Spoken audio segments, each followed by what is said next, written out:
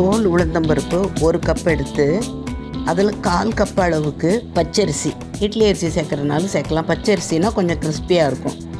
4 மணி நேரம் ஊற வச்சுருக்கேன். அதோட 2 துண்டு இஞ்சி போட்டிருக்கேன். அதாவது ஒரு 1/2 இன்ச்சு அளவில் 2 துண்டு போட்டிருக்கேன். அதை நல்லா தண்ணி விடாமல் கெட்டியாக அரைச்சி எடுத்துக்கிட்டோம்.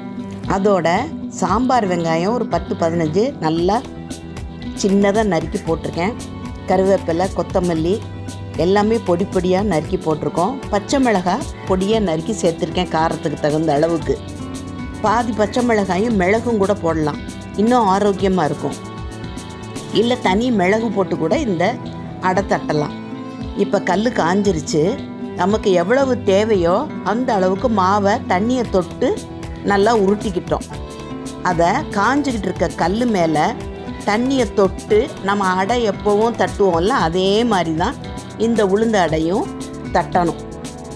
இதில் வெள்ளை உளுந்துலேயும் செய்யலாம். கருப்பு உளுந்தில் சேர்த்தா அந்த ஃபைபர் ஜாஸ்தி கிடைக்குங்கிறதுனால நம்ம கருப்பு உளுந்தில் செய்திருக்கோம். முழு உளுந்தும் செய்யலாம், பத்த உளுந்துலேயும் செய்யலாம். இதுக்கு எந்த குக்கிங் ஆயிலும் ஊற்றலாம். நான் ஆரோக்கியத்தை கருத்தில் வச்சுக்கிட்டு நல்லெண்ணெய் ஊற்றி சுட்டிருக்கேன். அந்த காலத்தில் நல்லெண்ணெய் தான் ஊற்றி இந்த அடை சுடுறது வழக்கம்.